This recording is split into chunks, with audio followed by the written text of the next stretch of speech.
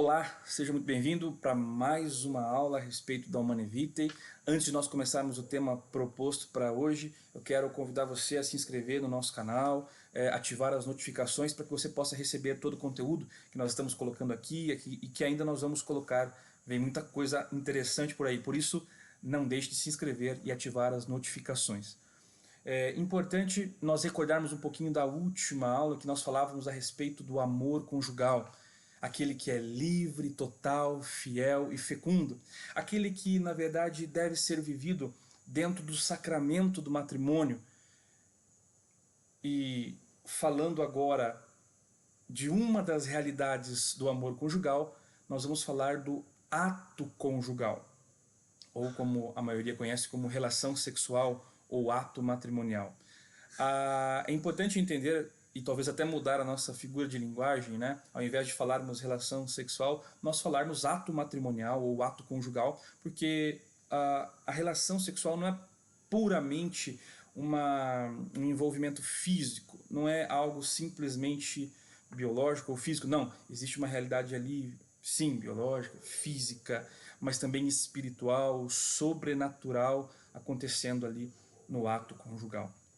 Por isso que a igreja valoriza tanto e diz que esse ato conjugal ele é honesto e digno, desde que vivido dentro do sacramento do matrimônio. Então, o ato sexual ou o ato matrimonial, ele é honesto e digno, como diz a Gaudium et Spes número 49. E olha o que vai dizer neste documento, né? É um outro documento, é um documento fora da Humanae Vitae, que chama Gaudium et Spes. Vai dizer assim, ó: são, portanto, honestos e dignos os atos pelos quais os homens se unem em intimidade e pureza, realizados de modo autenticamente humano, exprimem e alimentam a mútua entrega pela qual se enriquecem um ao outro na alegria e na gratidão. Isso é lindo, né? Se exprimem e se alimentam a mútua entrega pela qual enriquecem um ao outro nessa troca recíproca ali no ato conjugal.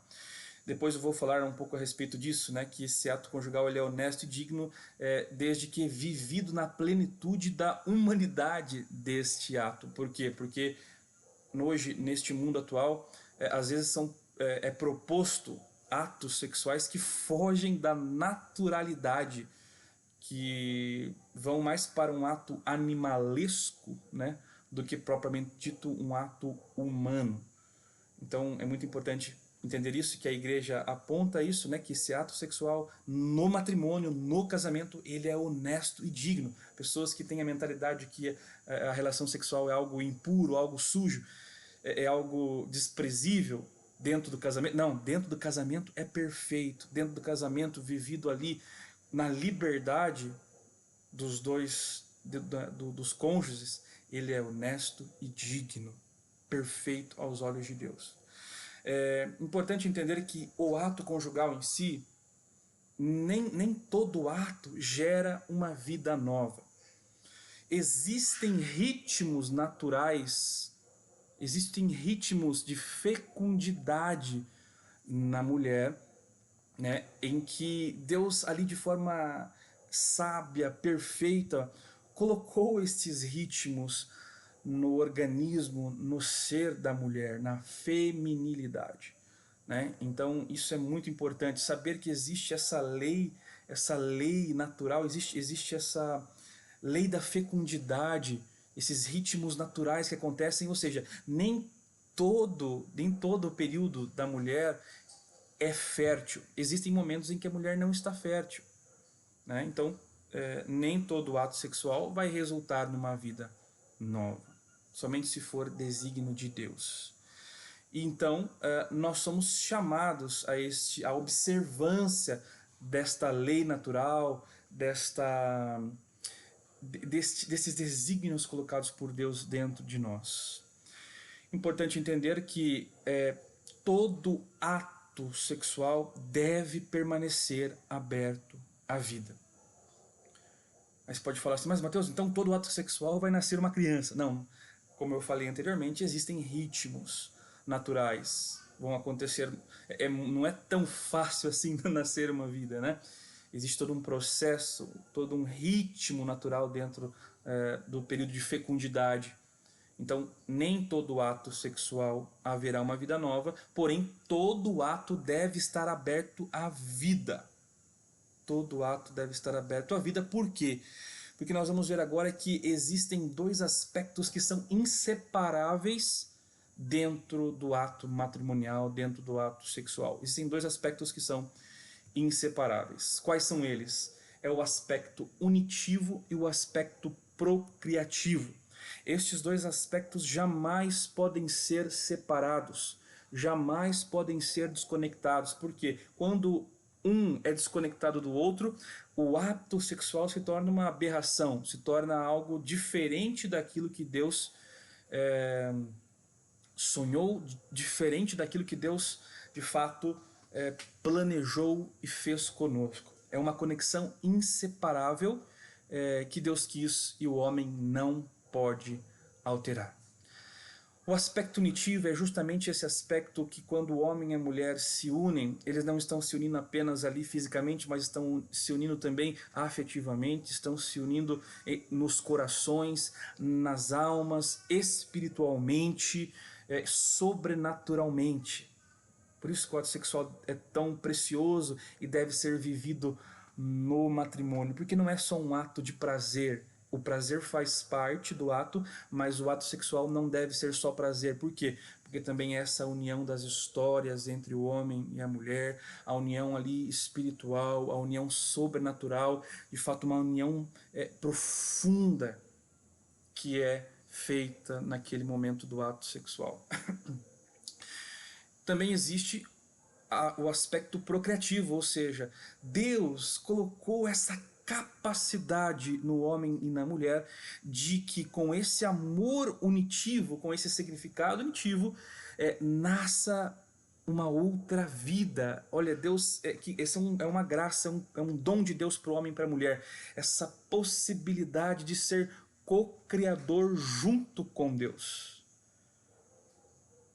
Quando o ato sexual é vivido somente pelo lado unitivo, ou seja, não, nós temos que ter só relação sexual somente para que haja o amor conjugal e abandona-se a abertura à vida, esse ato está incompleto e pode causar marcas profundas no coração das pessoas. Quando que isso acontece?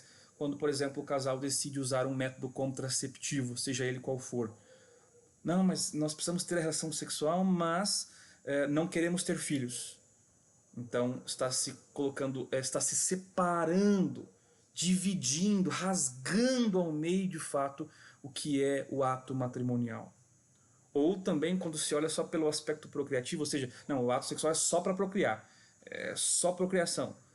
Também está se rasgando ao meio o significado que sempre está junto, que é viver o ato sexual para que haja essa comunhão entre o homem e a mulher, mas que também desta comunhão se gere uma nova vida. Como eu disse anteriormente, nem todo ato sexual gerará uma nova vida por causa dos ciclos perfeitos que Deus criou na mulher. Períodos fecundos, períodos infecundos. Porém, o ato precisa estar aberto à vida, aberto à vontade de Deus. Como vai dizer aqui na Humanae Vitae, no número 12, na verdade, pela sua estrutura íntima, o ato conjugal, a relação sexual, ao mesmo tempo que une profundamente os esposos, torna-os aptos para a geração de novas vidas, segundo as leis inscritas no próprio ser do homem e da mulher. Salvaguardando estes dois aspectos essenciais, né, o unitivo e o procriativo, o ato conjugal conserva integralmente o sentido do amor mútuo e verdadeiro e a sua ordenação para a altíssima vocação do homem, para a paternidade. Quando se fala homem aqui, é o homem enquanto humanidade, né? Então, paternidade também enquanto paternidade e maternidade. Essa vocação altíssima que nós somos levados a ser. Dentro disso, né, dentro dessa vocação, o chamado para mim e para você, o chamado é o chamado à fidelidade ao desígnio divino, ou seja, a fidelidade à vontade de Deus. Nós podemos olhar o ato conjugal com um aspecto olhar essa fidelidade com um aspecto negativo e um aspecto positivo. Como assim? O aspecto negativo, veja, o ato conjugal, ele precisa ser livre. Lembra daquelas características do amor? O amor conjugal, ele é livre, então é necessário que o homem e a mulher estejam em consenso a respeito do ato. É necessário que o homem e a mulher estejam livres ali para fazer aquele ato e não estejam sendo obrigados.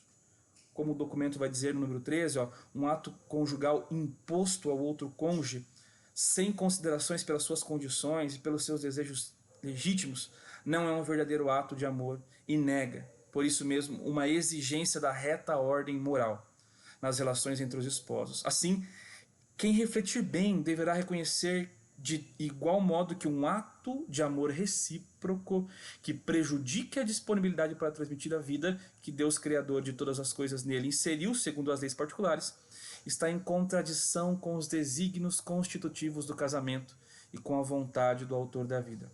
Porque assim, como eu falei, o ato conjugal precisa acontecer na liberdade, tanto do esposo quanto a esposa querer.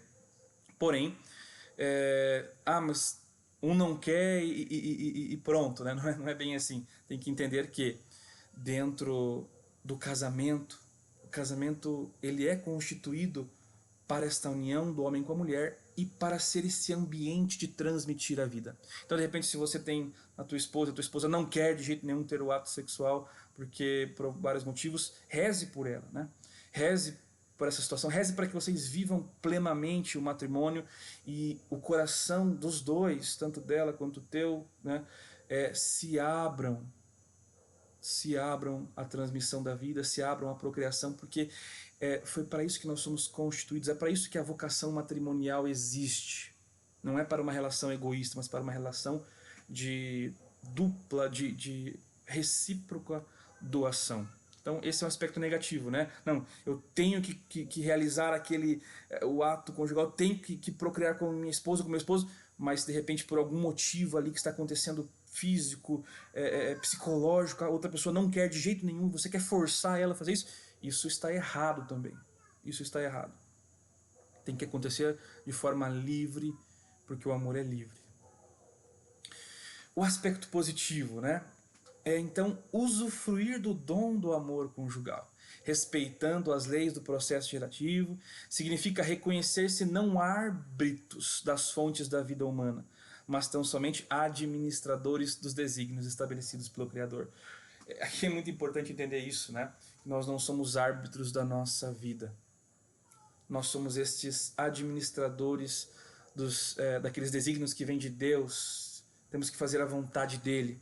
E aqui ele fala, né, no número 13, assim como o homem não tem o domínio ilimitado sobre o próprio corpo em geral, então esquece esse negócio de meu corpo, minhas regras, porque isso não existe, né? O teu corpo, ele tem um dono, ele foi, um alto preço foi pago por ele, preço de todo o sangue, de todo o corpo do nosso Senhor Jesus Cristo. Então, assim o homem não tem um domínio ilimitado sobre o próprio corpo em geral, também não tem, com particular razão, sobre as suas faculdades geradoras, por motivo da sua ordenação de suscitar a vida. Nós somos feitos para suscitar a vida. Nós somos feitos para gerar a vida. A vida humana é sagrada. Desde o seu alvorecer, compromete essa ação criadora de Deus. Nós somos chamados, então, a sermos estes colaboradores na obra da criação do Senhor.